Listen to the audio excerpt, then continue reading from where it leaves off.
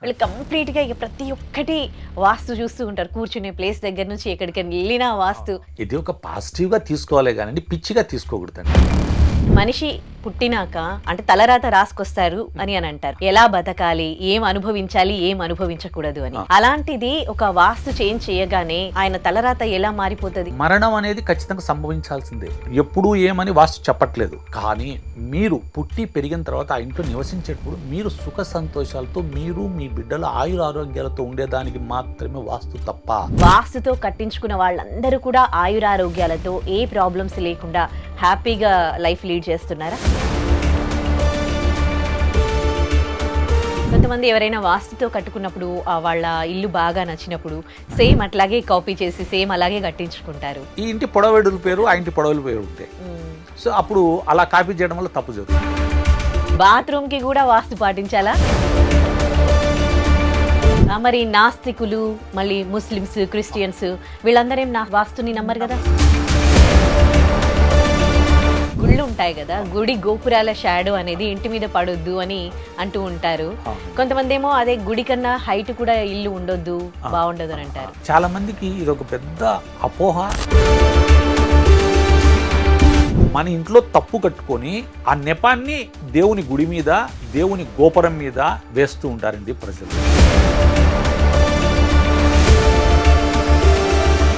I dream ప్రేక్షకులకు నమస్కారం. నేను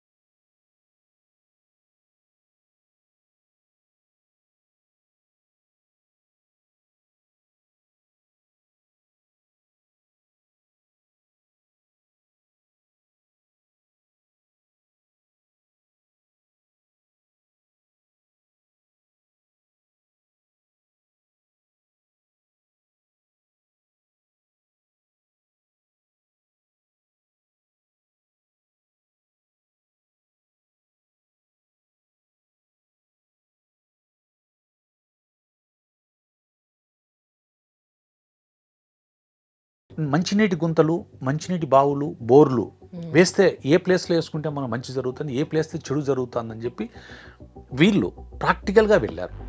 ఒక ఇల్లు చూడడము, ఆ ఇంట్లో తప్పులు ఏమున్నాయి, ఆ తప్పులు ఏ విధంగా సవరించుకోవాలి, ఎలా చేయాలని చెప్పి గౌరి తిరుపతి రెడ్డి గారు, ఆయన ఒక వ్యాపారస్తుడిగా ఉండడం వల్ల, తన దగ్గర సమృద్ధమైనటువంటి అమౌంట్ ఉండడం వల్ల తను సొంతంగా పరిశోధించాడు. ఖర్చు పెట్టుకొని ఇళ్ళకి వెళ్ళడము, తిరగడము, చేయడము, దీనివల్ల సబ్జెక్టును మరింత బయటికి తెచ్చి ప్రజలకు అనుగుణంగా మార్పులు చేసి ప్రజలకు సౌకర్యవంతంగా ఉండేట్టుగా చేయడం జరిగింది. కానీ సౌకర్యం అనేది ఎంతవరకు అంటే కొంతవరకే తీసుకోవాలి. అంతకన్నా ఎక్కువ సౌకర్యాన్ని తీసుకోవడం వల్ల ఈ మధ్యకాలంలో ఆర్కిటెక్ట్లు చేసేటువంటి కొన్ని తప్పిదాల వల్ల, అంటే ఎలివేషన్లలో దీంట్లో ప్రజలు చాలా ఇబ్బంది పడుతున్నారండి. ఓకే, ఇందాక మీరు ఫస్ట్ ఆన్సర్ చెప్పినప్పుడు అంటే ఈ దారి నుండి వెళ్తే ఇలా ఉంటుంది, ఈ దారి ఒక ఇంట్లో ఒక నలుగురు ఉన్నారు, అది పేరెంట్స్, పిల్లలు, వాళ్ళు ఒకే డోర్ యూజ్ చేస్తారు, వాళ్ళకి ఎట్లా ఉంది అట్లా. కానీ ఆ ఇంట్లో ఒక్కొక్కరి జీవితాలు ఒక్కోలా ఉంటాయి. మరి అది వాస్తు ప్రభావితం చేసినట్లుగా ఎట్లా అవుతుంది? అంటే అదే దారి నడుస్తారు, కానీ ఇంటి పెద్ద వచ్చేసి నైరుతిలో పడుకుంటారు, పిల్లలు ఇంకొక రూమ్లో పడుకుంటారు. ఓకే, సో వాళ్ళ వ్యవహార శైలి, వాళ్ళు పుట్టి పెరిగిన ప్రదేశము, ప్రతి వ్యక్తికి తేడాలు ఉంటాయండి. అంటే నేను పుట్టి పెరిగిన కాలం వేరు, మీరు పుట్టి పెరిగిన కాలం వేరు, మీకున్న సౌకర్యాలు మాకు లేవు, మాకున్న సౌకర్యాలు మా ముందు వాళ్ళకి లేవు. సో ఇలాంటి పరిస్థితుల వల్ల ఎవరి అభిప్రాయాలు వాళ్ళకు ఉంటాయండి. నడిచే దారి ఒకటైనా వాళ్ళు ఉన్న నివసించే ఇంట్లో ఒక రూమ్ ఉంటుంది. నేను ఆగ్నేయంలో ఉండొచ్చు, ఇంకొకరు ఈశాన్యంలో ఉండొచ్చు, ఇంకొకరు వాయువ్యంలో ఉండొచ్చు, లేదు మేడ మీద ఉండొచ్చు. సో ఇలాంటి పరిశీలనలు ఉండడం వల్ల ఎక్కడెక్కడ ఉంటారో దాన్ని బట్టి కూడా ఉంటుంది.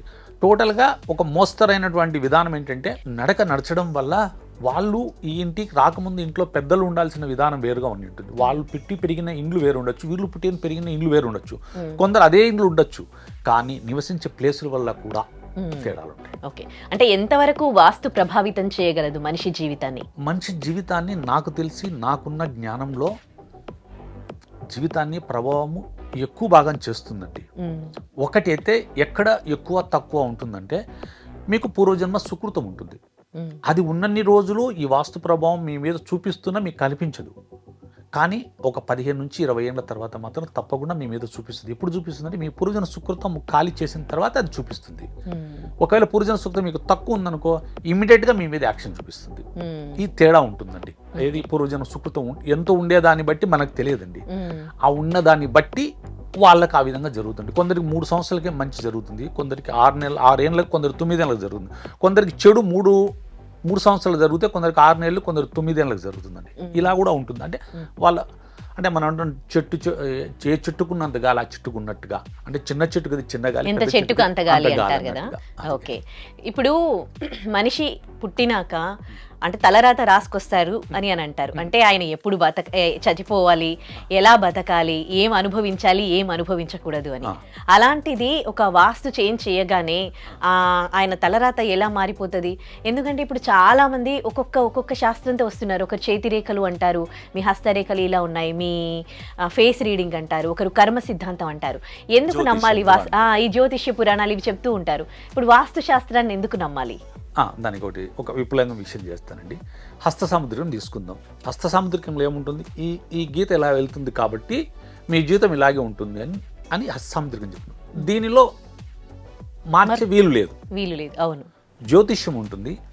జ్యోతిష్యం మీకు ఏం చెప్తుందంటే, మీరు పుట్టిన తర్వాత మీకు ఇన్ని ఏళ్ళ భవిష్యత్తు ఇక్కడ ఈ సంవత్సరాలు ఈ విధంగా మంచి, ఈ విధంగా చెడు జరుగుతుందని చెప్తుంది. కానీ అది చెప్పినట్టుగా ఎక్కడా జరగదు. మనకి ఉంది శాస్త్రం తప్పనట్లేదు, హస్త సాముద్రికం నేను తప్పనట్లేదు, కానీ హస్త సాముద్రానికి నీకు రెమెడీ లేదు. హస్త సాముద్రికానికి రెమెడీ లేదు మీకు. అంటే ఈ రేఖను మనం మార్చలేం కదా, సో రెమెడీ లేదు. కానీ వాళ్ళు కూడా పరిహారాలు చెప్తూ ఉంటారు కదా. పరిహారాలు చెప్పినా కూడా ఖచ్చితమైన పరిహారం అంటూ దానికి నిజ నిర్ధారణ ఉండదు. జ్యోతిష్యానికి కూడా ఏం చెప్తుందంటే, జ్యోతిష్యం గొప్పది, నేను ఎక్కడా కాదనట్లేదు, విభేదించట్లేదు, కానీ చెప్పే వ్యక్తులలో ఆ సబ్జెక్టు తరిగిపోతూ వచ్చింది. నిజాయితీ పరులు తగ్గిపోవడం వల్ల జరిగే అనార్థం వల్ల జ్యోతిష్యాన్ని మనము ఇప్పుడు నమ్మే పరిస్థితిలో లేకపోవడానికి కారణం. వాస్తుని ఎందుకు ఇప్పుడు ఎక్కువ నమ్మేదానికి వస్తున్నారంటే దీంట్లో రెమెడీ కనిపిస్తోంది.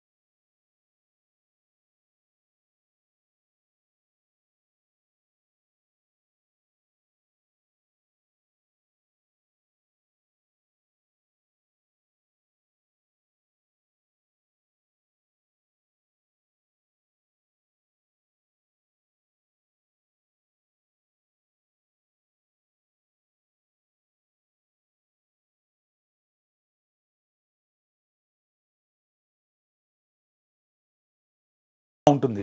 అంటే నువ్వు సైకిల్ ఇక్కడ కూడా సైకిల్ తొక్కాల్సిందే. మీరు ఉమ్, వచ్చే దారిలో బస్సులు వస్తాయా, జీపులు వస్తాయా, గుంతలు వస్తాయా, ఇవన్నీ చూసుకుంటూ నువ్వు వెళ్ళాల్సిందే. ఉమ్. ఇది ఎక్కడ ఇట్లొచ్చినా సరే, ఇట్లొచ్చినా ఇవన్నీ నాకు వాస్తు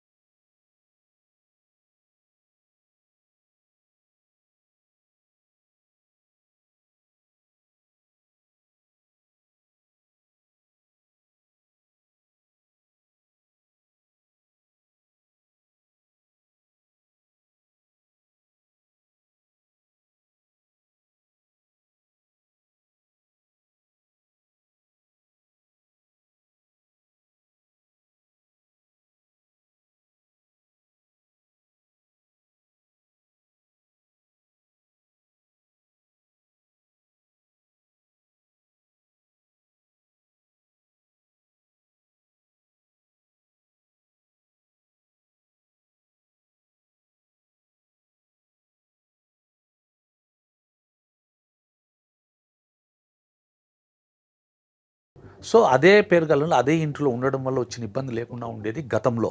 కానీ ఇప్పుడు ఏంటి, పిల్లల పేర్లు మారిపోయినాయి. ఎవరు వంశపారపర్యంగా వచ్చే తాతల పేర్లు పెట్టుకోవడం లేదు. ఎందుకంటే నామోషిగా ఉండే పేర్లు అయిపోతున్నాయి కాబట్టి మార్చుకుంటున్నాం. సరే, సపోజ్ మీ పేరుతో ఒకటి పెట్టేస్తే మీ పిల్లలకి ఇచ్చినప్పుడు ఏమవుతుంది, అది ఇంకో పేరుతో వస్తుంది. అప్పుడు తూర్పు మొహంగా కూడా పడమర మొహం రావాల్సి వచ్చింది అనుకోండి, కష్టమవుతుంది. సో అట్లా కాకుండా యూనిక్గా ఒకటండి, మీకు ఏదైనా కూడా పనికొస్తుందండి. ఆ పనికొచ్చేది ఏంటంటే దక్షిణంలో మీరు మొహం ఉంటే తూర్పు వైపు ఉండేట్టుగా వెళ్ళేట్టుగా ఉండాలి, పడమర వెళ్ళేట్టుగా ఉండకూడదు. అదే పడమర మొహం ఉందనుకోండి ఉత్తరానికి వెళ్ళేట్టుగా ఉండాలి, దక్షిణానికి వెళ్ళకూడదు. అదే ఉత్తరం ఫేసింగ్ ఉందనుకోండి మీరు తూర్పు వెళ్ళాలి. అది తూర్పు మొహం గల ఇంటికి వస్తే ఉత్తరానికి వెళ్ళగాలి. ఇలా వెళ్ళగలిగి ఉండగలిగేట్టుగా ఉంటే అవన్నీ యోగిస్తాయండి. అది ఓకే. కొంతమంది ఎవరైనా వాస్తుతో కట్టుకున్నప్పుడు వాళ్ళ ఇల్లు బాగా నచ్చినప్పుడు సేమ్ అట్లాగే కాపీ చేసి సేమ్ అలాగే కట్టించుకుంటారు. అది అంటే ఈ ఇంటి పొడవెడుల పేరు ఆ ఇంటి పొడవుల పేరు ఉంటాయి. సో అప్పుడు అలా కాపీ చేయడం వల్ల తప్పు జరుగుతుంది. అలాగే మేము కట్టామని అంటారు, కానీ ఇంటి పొడవెడులు అంటే మీ ఇంటి పొడవులు వేరుగా ఉంటాయి. సో అప్పుడు తేడా వస్తుంది. సో దానికి ఒక మంచి సలహాదారును తీసుకొని వాళ్ళకి తగ్గట్టుగా నిర్మించుకోవడం చాలా మంచిదండి. ఓకే. సో బాత్రూమ్కి సంబంధించి ఇందాక మీరు మాట్లాడుతూ ఉన్నారు కదా, అంటే అదొక హోల్ ఇంతకు ముందు బయట ఉండేది, ఇప్పుడు ఇంట్లోనే కట్టించారు. బాత్రూమ్కి కూడా వాస్తు పాటించాలా? అవునండి. అంటే నైరుతులు రావడం వల్ల అనారోగ్య సమస్యలు వస్తాయండి. ఈశాన్యం రావడం వల్ల మనిషి భవిష్యత్తు నాశనం అవుతుందండి. ఆగ్నేయంలో రాకూడదండి, ఎందుకంటే వంట రావాల్సిన ప్రదేశం కాబట్టి. వాయువ్యంలో రావచ్చండి. ఓకే. సో కొంతమందికి వాస్తు అంతా వాస్తుతో కట్టించుకుంటారు, కానీ వ్యాపార పరంగా వాళ్ళకి ఎప్పుడు నష్టాలు లాంటివి చూస్తూ ఉంటారు లైఫ్లో. మరి ఎందుకలా? అంటే రెండండి. ఒకటి ఇల్లు వాస్తుకుంటుంది, కానీ వాళ్ళు వ్యాపారం చేసే వ్యాపార కూడలికి వాస్తు ఉండదు. సో వీళ్ళు ఎవరైనా కూడా వాస్తుకు అనుగుణంగానే ఇటు వ్యాపారము ఉండేది వాస్తుకు అనుగుణంగా ఉండాలి, అలాగే ఇల్లు అనుకూలంగా ఉండగలిగేట్టుగా ఉండాలి. సేమ్ టైంలో వీళ్ళు ఉండేటువంటి ఇల్లుకి వ్యాపారం స్థలానికి కూడా వెళ్ళాల్సిన నడకల్లో కూడా తేడా ఉంటుందండి. అలాంటివి కూడా అన్ని అమరినోళ్ళు చాలా అద్భుతంగా వ్యాపారం చేస్తూ ఉంటారు. చాలా గొప్పగా తెలివిపరులుగా చాలా వ్యాపార దక్షత ఉన్న వాళ్ళు వ్యక్తులు కూడా కొన్ని చోట్ల పని చేయరండి. అదే మీరు అంబానీ వాళ్ళు చూడండి, వాళ్ళు ఒక 100 సంస్థలు పెడితే అందులో ఒక 30-40 సంస్థలే పికప్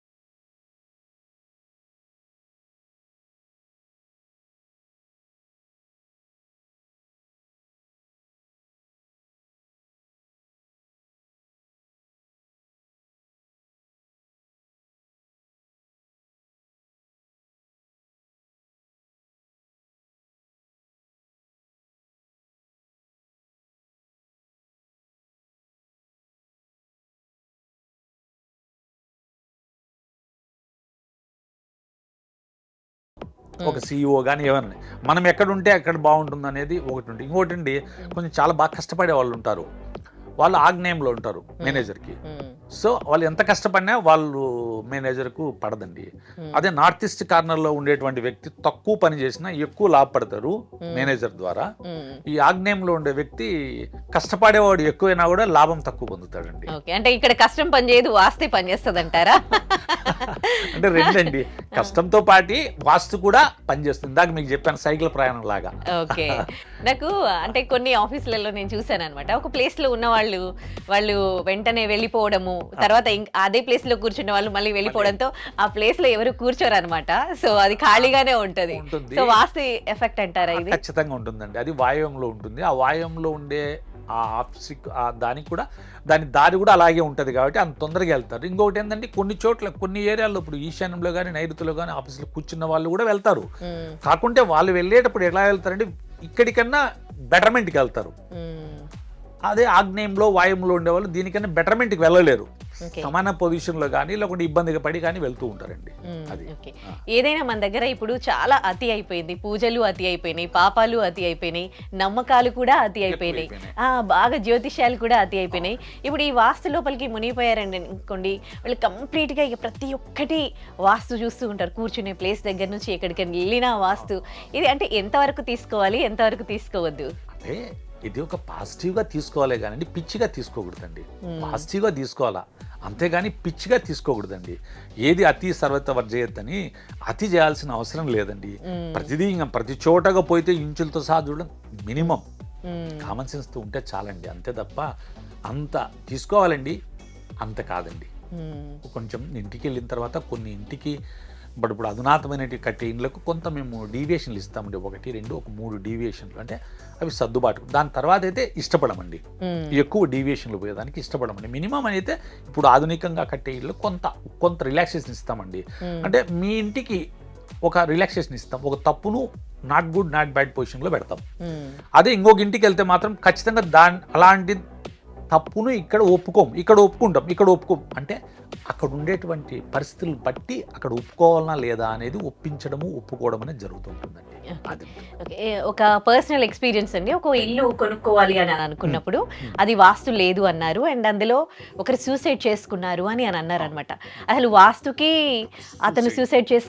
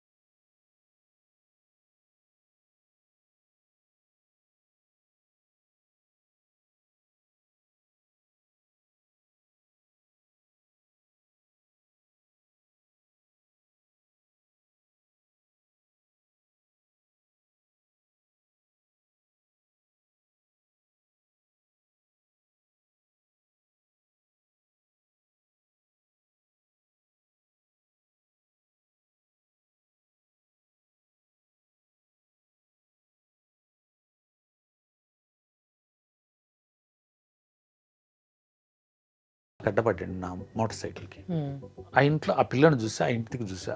ఆ ఇంట్లో గౌరవ తిరుపతి రెడ్డి గారు 1987లో ఏం రాశాడో, ఇలా ఉంటే ఇలాంటి ఇంట్లో అంగవైకల్యం గల పిల్లలు ఉంటారని రాశారు. ఉమ్, ఆ ఇల్లు ఆయన చెప్పినట్టుగానే ఉంది. ఆ ఇంట్లో ఆ పిల్లడు ఆ విధంగా నాకు కనపడాడు, తిక్క పిల్లడుగా కనపడినాడు. ఉమ్, అరే ఇదేంటి, ఇది పుస్తకంలో 87 రాసిన, నేను 96 జనవరిలో నేను ఇదే కరెక్ట్ ఇట్లాంటి టైంలో చదువుతున్నా. ఉమ్, సో ఇదేంటిది, ఇలా రాయడం ఏంటి, ఇలా కనపడడం ఏంటి, అలా ఉండడం ఏంటి. సో వాస్తవం నమ్మి తీరాల్సిన పరిస్థితులు ఉన్నాయని చెప్పి అప్పుడు వెళ్ళి మా గురువుని పిలిపించుకొని ఆయనతో సజెస్ట్ చేయించుకొని తర్వాత ఆయనతో కలిసి తిరిగి నాకున్న ఆసక్తి తెలుసుకోవాలా, ఇంకా బెటర్మెంట్కి వెళ్ళాలంటూ తెలుసుకుని ఆయనతో 3.5 సంవత్సరం తిరిగిన తర్వాత తిరుగుతూ నేను వాస్తు సలహాలు ఇస్తూ ఇలా దాదాపు ఒక నాకు సొంతంగా 25 ఏళ్ళు, మా గురువుతో కలిసి 27.5 సంవత్సరం మొత్తం ఎక్స్పీరియన్స్ ఉందండి. Okay.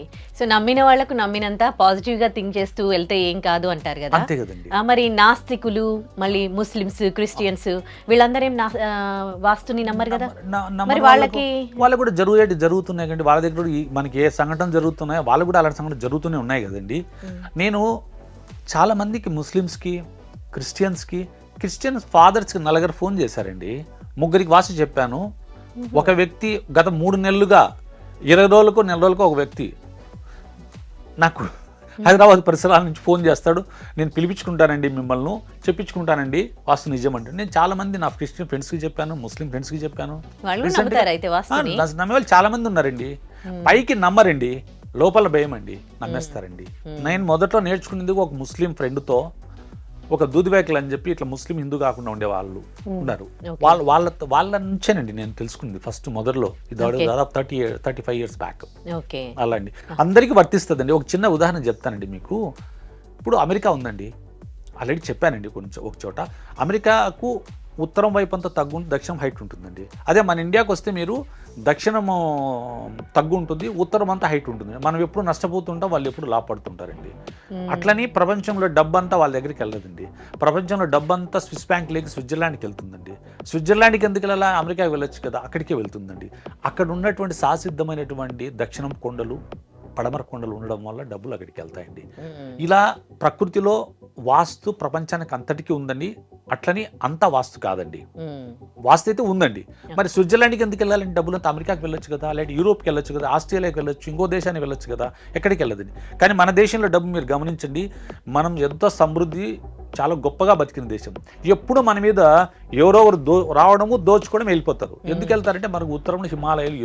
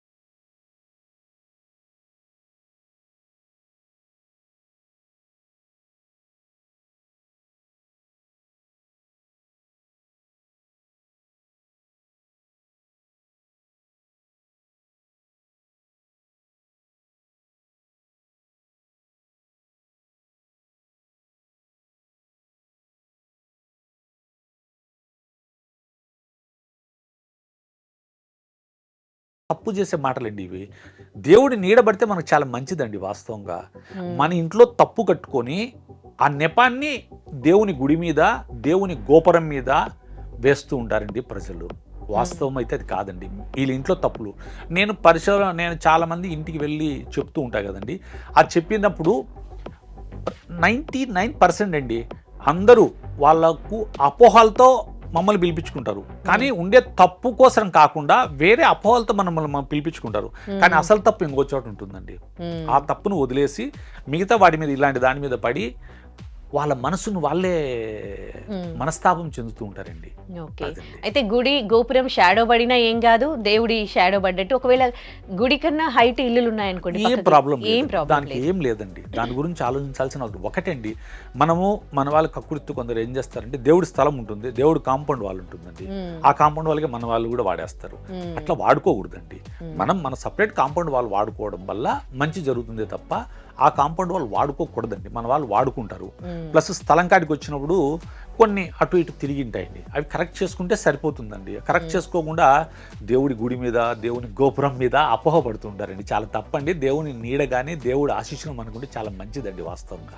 Thank you so much అండి. వాస్తుపై అవగాహన కల్పించడంతో పాటు వాస్తుకి సంబంధించి వ్యూవర్స్కి మంచి సజెషన్స్ ఇచ్చారు. Thank you so much.